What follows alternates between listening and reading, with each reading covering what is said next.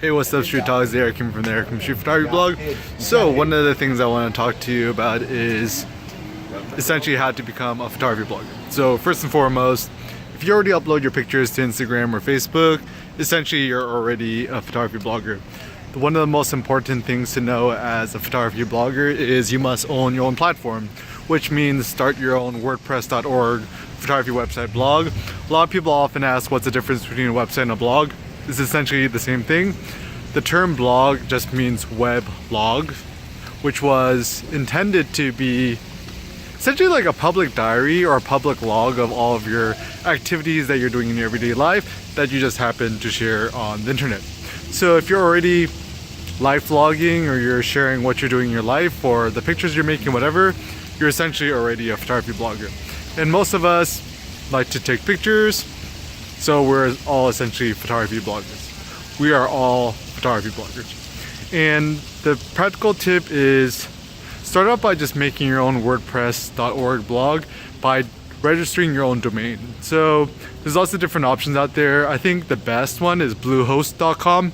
Blue like the color blue, host.com like a web host. And start buy your own domain like your first name last name.com or first name last name photo.com. So for example, I'm just erickinphotography.com/blog, and if your name is Henri Cartier, it could be henricartier.com or henricartierphotography.com, whatever your name is. And the reason why a lot of people don't start their own photography blogs is that they say, oh, you know, I have nothing to write about, or, you know, whatever I'm doing is not that interesting. Know that you don't even have to write. You could just post photos. You could post photos, you could post videos. Essentially anything you're already uploading to Facebook, Instagram, whatever, you could just do it on your own blog. I've been blogging on erickinphotography.com/blog for the last 8 years, from 2010 to now. And I've actually been blogging since I was 16. And the things I've discovered is, first of all, it doesn't need to be perfect, nor should it be perfect. I think one of the beauties of blogging is that, in fact, it is imperfect, and you're constantly in a state of becoming, you're constantly learning, unlearning, and you're constantly evolving. So I almost feel that photography blogging is actually more interesting because it's a way to help you think, a way to distill, and a way to share your images and also to reflect on your own images. And constantly what I'm doing on my own blog is I'm uploading new photos, I'm uploading old photos, I'm reshuffling my photos around, and I feel like every time I blog, I'm advancing a little bit in my photography and my life journey in general. And a lot of other people will say, oh, you know, my life's not that interesting, or my photography's not interesting, why share? It's like, it's kind of a silly argument, because it's like saying, oh, why should Steve Jobs make a new iPhone when Microsoft already has a smartphone? Or why should Elon Musk start a car company, Tesla, if there's already Ford and Cadillac? Because if you start your own photography blog, or you do anything in life, inevitably you're going to do it differently, and you might even do it better. And perhaps what we should strive towards is trying to do things better than what we already saw before. I know for myself, you know, like, I see a lot of other things and I'm like, man, I could do that better, or how's that guy so successful? But rather than not just sitting on our high horses, perhaps we should actually go out and try to do something differently. So I feel like the reason why I started my street photography blog was I just couldn't find any information on the internet on how to practically shoot street photography.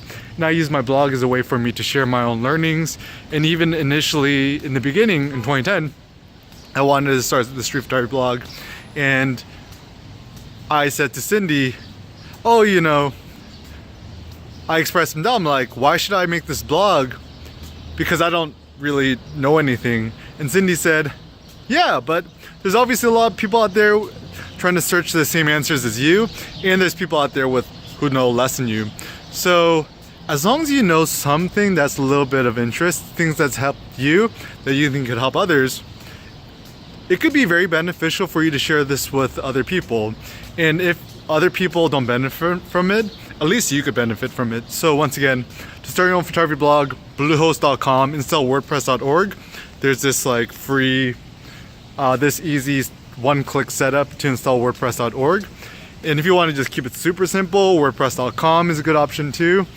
And yeah, just start posting your photographs, sets of images, your thoughts on photography, upload photos of other photographers and say why you like their photos, use it to analyze their images, whatever. So just realize that as a photographer and a photography blogger, you're constantly evolving in a state of flux and a state of becoming. So don't think that like, oh, I need to aim some sort of perfection.